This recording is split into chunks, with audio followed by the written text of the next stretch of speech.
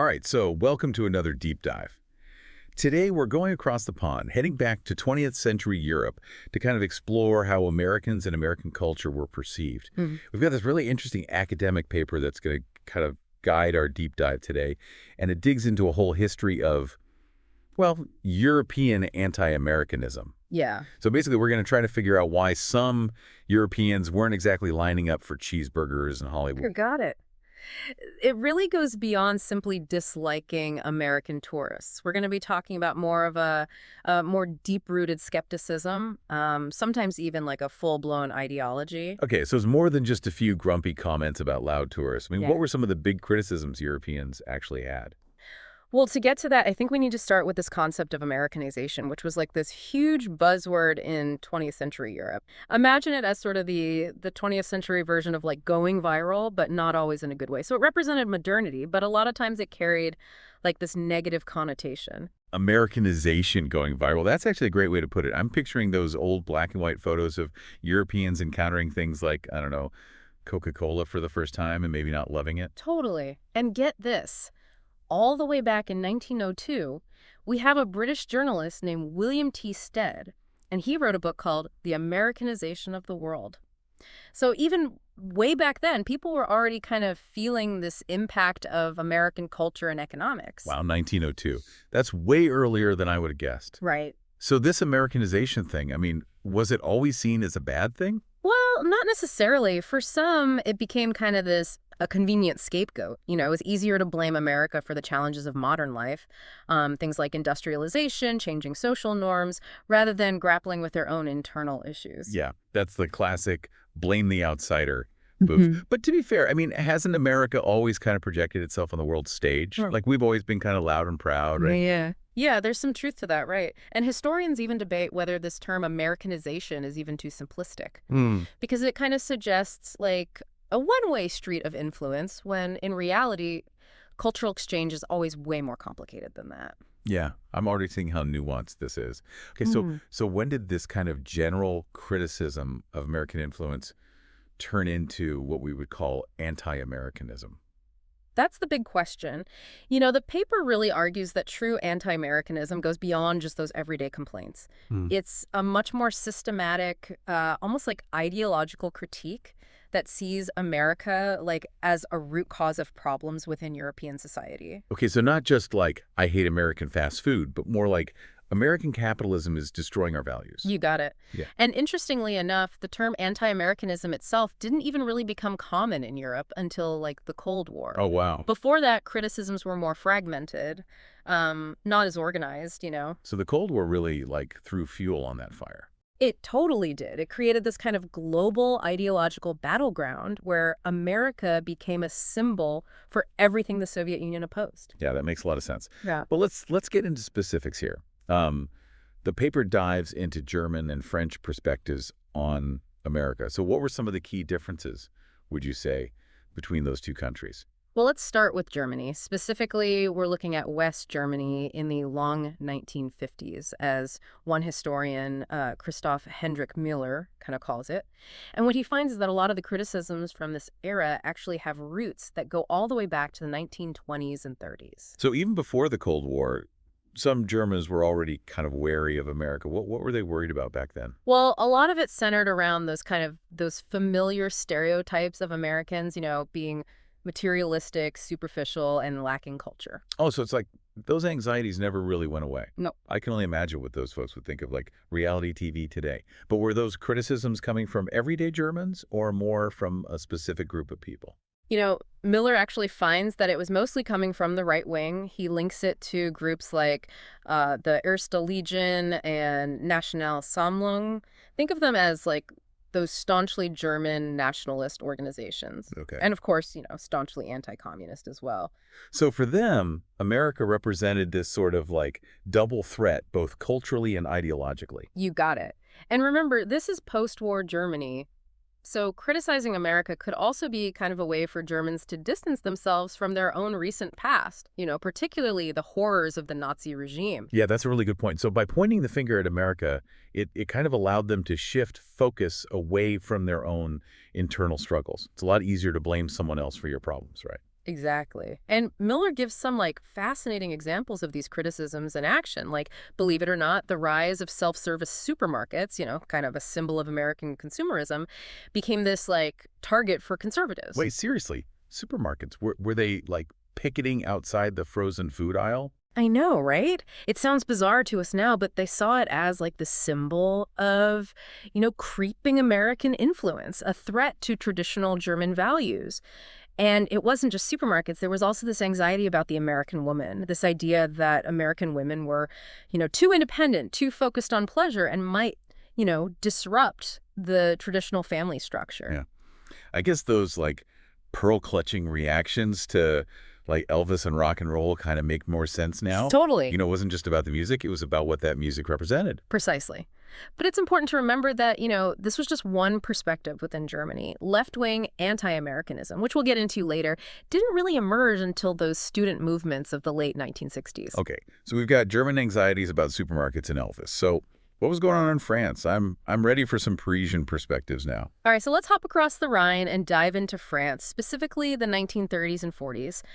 Historian Seth D. Armis focuses on this really fascinating group of intellectuals who called themselves nonconformists. Nonconformists? That sounds intriguing. Were they the beatniks of their day? Yeah, think of them more like the influencers of their day, but instead of, promoting products, they were pushing against the mainstream ideas of the time. They rejected both traditional liberalism and Marxist socialism. So they saw themselves as these outsiders critiquing the status quo from both the left and the right. Okay, so a real mix of viewpoints there. But what did they have to say about America? For them, America represented everything wrong with modern society. They use some really strong language to describe it, like American cancer. American cancer. Wow, that's harsh. What exactly did they find so threatening? Well, they felt that American culture was materialistic, standardized, and kind of driven by the masses, all of which they felt was eroding traditional French values and culture. They kind of yearned for a more spiritual, authentic way of life. And in their eyes, America represented the opposite of that. Yeah, I can see how that contrast between American mass culture and those traditional European values would have been really stark, especially back then. But was this just a French thing, or were these ideas spreading to other parts of Europe too? Ermos actually compares these French nonconformists to the German conservative revolutionaries we talked about earlier. Oh, okay. So it's like they were having a transatlantic text thread, trading anxieties about how America was changing the world. So these weren't just isolated complaints. It was a broader intellectual movement, kind of with connections across borders. You got it. And it gets even more interesting when we look at what happened after World War II, because a lot of these French intellectuals, even as their political views kind of evolved, they held on to those anti-American sentiments. So even as the world was changing around them, their core beliefs about America stayed pretty consistent. Yeah. So we have figures like Emmanuel Mounier, who founded the influential journal Esprit. Oh, okay. And Esprit was, sorry to interrupt. Oh, no, you're good. This wasn't just some obscure publication. Esprit was a major intellectual force in France, shaping debates for decades. Okay. And then we have, the novelist Georges Bernanos. And both of them, Mounier and Bernanos, kind of started out on the far right, but eventually moved towards more leftist positions. But their criticism of America remained a constant throughout their intellectual journey. So anti-Americanism could transcend those traditional political divides. It wasn't just a left-wing or right-wing phenomenon. It was something deeper. You're absolutely right. And that brings us to another important aspect of this discussion, the complex relationship between anti-Americanism and anti-Semitism. Okay, now we're stepping into some complicated territory. How does the research kind of approach this? Well, Armas uses the example of Pierre-Antoine Cousteau, who is a French journalist, and he also happened to be the brother of the famous oceanographer Jacques Cousteau. And Pierre-Antoine was very openly anti-Semitic. He even wrote a book during World War II called Amérique Juive, which means Jewish America. That's a disturbing title. It sounds like he was deliberately trying to link those two forms of prejudice. He was. And while his case might seem, pretty extreme, it does raise a crucial question. Was anti-Americanism sometimes this cover for deeper prejudices? Right. Particularly anti-Semitism? That's a That's a tough question and not one I'm equipped to answer right now. Where do we go from here? Well, before we tackle that, let's take a moment to kind of gather our thoughts, and when we come back, we'll delve deeper into that connection between anti-Americanism and anti-Semitism and explore how that idea of twin brothers really plays out in different contexts. All right, so before the break, we were starting to unpack this really complex connection between anti-Americanism and anti-Semitism. Yeah. I'm ready to dive back in. Where do we go from here? Well, the paper kind of introduces us to the work of this political scientist, Andrei Markovits, and he makes this pretty bold claim. He believes that anti-Americanism and anti-Semitism are fundamentally intertwined. Okay. And that they both kind of stem from a deeper anxiety about modernity. Hold on. So he's not just saying that these prejudices just happen to coexist. He's arguing that there's an actual link between them. How does that work? Hey, well, think of it this way. Throughout history, both the U.S. and Jewish people have often been seen as symbols of, progress and change, capitalism, urbanization, kind of the disruption of traditional ways of life. Okay, I see. So in a way, those who fear change might end up targeting both America and Jewish people as scapegoats. Exactly. And Markovits points out that, historically, this type of thinking was more common on the right wing. Mm-hmm. They saw both America and Jewish people as these forces that threaten their vision of like a stable, traditional society. Yeah, that makes total sense given what we talked about earlier with those German conservatives freaking out about supermarkets and American women. Right, exactly. But here's where Markovits' argument gets even more controversial. He claims that in recent decades, this link has actually shifted to the left, often disguised as anti-Zionism. Well, wait a minute. Is he saying that any criticism of Israel is automatically anti-Semitic, A&D, anti-American? Well, he's not saying that all criticism, falls into that category, but he does argue that some on the left, in their criticisms of things like globalization and American foreign policy, sometimes they end up echoing those classic anti-Semitic tropes, even if they don't intend to. It's a really nuanced and sensitive issue. Definitely nuanced. I can see how critiquing specific Israeli policies could, get conflated with those broader stereotypes about Jewish people. It's a line we need to be really careful not to cross. Absolutely. And the paper also encourages us to, think critically about Markovits' claims, especially his view that anti-Americanism is mainly a prejudice that says more about the person making the criticism than about America itself. That's an important point. It's tempting to just dismiss all criticism of America as irrational hatred, but we can't shut down legitimate debate. I mean, there are absolutely valid reasons to critique American foreign policy or certain aspects of American culture. Yeah, I agree with you. It's all about distinguishing between genuine critique and prejudiced generalizations.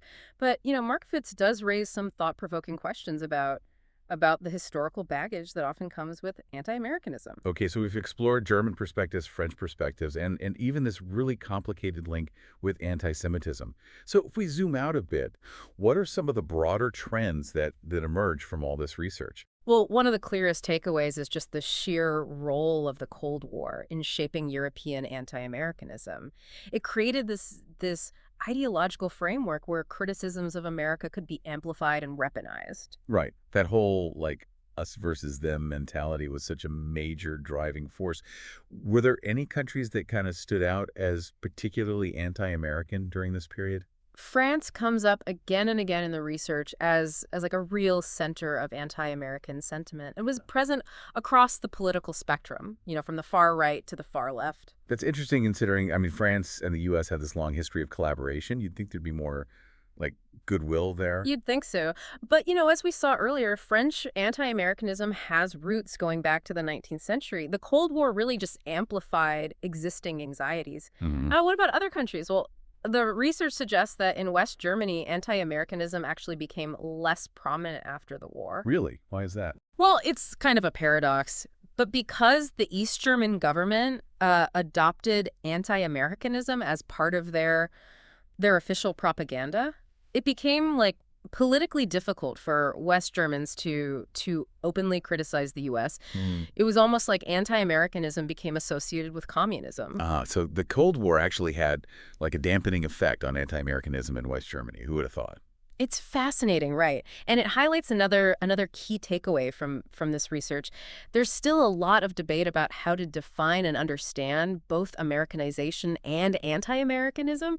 These terms are so loaded and carry so much historical baggage. We've definitely been wrestling with those definitions this whole time. It feels like there are no easy answers. There aren't. And the research reflects that complexity. It challenges us to go beyond those simplistic explanations and really grapple with the nuances of these historical phenomena. It's definitely been a deep dive in every sense of the word. We've covered so much. Americanization, the complexities of anti-Americanism, and we even touched on that really sensitive topic of anti-Semitism. It's a lot to take in. It is. And I think it's important to keep in mind that, even though the Cold War is over, many of the themes we've talked about, the anxieties about globalization, fears of cultural homogenization, kind of that tension between tradition and modernity, those are all still relevant today. That's so true. We see those anxieties playing out in the debates we're having right now about things like social media, artificial intelligence, even things like fast food and pop music. Some things never change. And that brings us back to that question we raised earlier about Americanization. If that term is too simplistic, as many historians argue, then how do we understand the way countries influence each other? How do we make sense of these really complex cultural and political exchanges without oversimplifying things? That's the million-dollar question, isn't it? What framework can we use to understand those relationships in all their complexity? It's a question worth thinking about because whether we call it Americanization or something else entirely, the reality is that countries don't exist in a vacuum. We're constantly influencing and being influenced by each other in ways we may not even realize. And those influences aren't always negative, right? It's not all doom and gloom. Sometimes those cultural exchanges can be incredibly enriching. They lead to new ideas, new innovations, new forms of collaboration. Absolutely. And I think that's something important for our listener to remember. It's easy to get caught up in the negative aspects, but it's just as important to acknowledge the positive side of things. Well said. And on that note of, let's say, cautious optimism, I think it's time to wrap up this deep dive. We've covered a lot of ground, and I'm sure our listener has a lot to ponder. It's been a pleasure exploring these ideas with you. And to our listener, thank you for joining us on this journey. We hope you've gained a new understanding of European anti-Americanism and the historical forces that shaped it. And if you're still mulling over that question about Americanization, well, keep mulling. That's what deep dives are all about. Until next time. Keep diving. So we've gone pretty deep on this whole history of, European views on America. I feel like Americanization is this really loaded term, and anti-Americanism has, roots that run really deep. For our listener who's been with us on this whole journey, what are some of the key takeaways they should really kind of keep in mind? Well, I think the biggest one is just that these attitudes towards America, both positive and negative, they don't just appear out of thin air, right? Yeah. They're shaped by, history, specific events, cultural anxieties, even individual personalities. Yeah. It's like you were saying earlier, anti-Americanism isn't necessarily about hating Americans or American culture. It's often about something much bigger than that, right? Totally. It's about grappling with change, maybe trying to make sense of the world. Exactly. And even though the Cold War is this distant memory for many, those issues we've talked about today, those anxieties about globalization, that, homogenization of culture, those are still very much alive. Oh, absolutely. Yep. We see that playing out in the debates we're having right now about things like social media, AI, even things like fast food and pop music. Yeah. Some things never change. No, they don't. And for our listener, I think that's a crucial insight. The way Europeans view America might be evolving, but those underlying tensions are still shaping the conversation. So if we're kind of moving beyond this idea of Americanization, what's the alternative? How do we make sense of the ways countries influence each other without, resorting to oversimplification? That's the challenge, isn't it? We need a framework that can capture that nuance of cultural exchange, that push and pull of ideas, the way different societies react to change. It's a complex question, but it feels like one worth, pondering. And hey, maybe our listener will be the one to come up with the answer. It wouldn't be the first time a deep dive sparked a new idea, but one thing's for sure. Whether we call it Americanization or something else entirely, these cross-cultural currents, they aren't going away anytime soon. Yeah. I think that's a perfect note to end on. This deep dive has been a fascinating kind of exploration of a complex topic, and I hope our listeners walked away with maybe a deeper understanding of how those historical anxieties kind of continue to resonate even today. As always, it's been a pleasure joining you on this journey. To our listener, thank you so much for taking the time to deep dive with us. Until next time, keep exploring.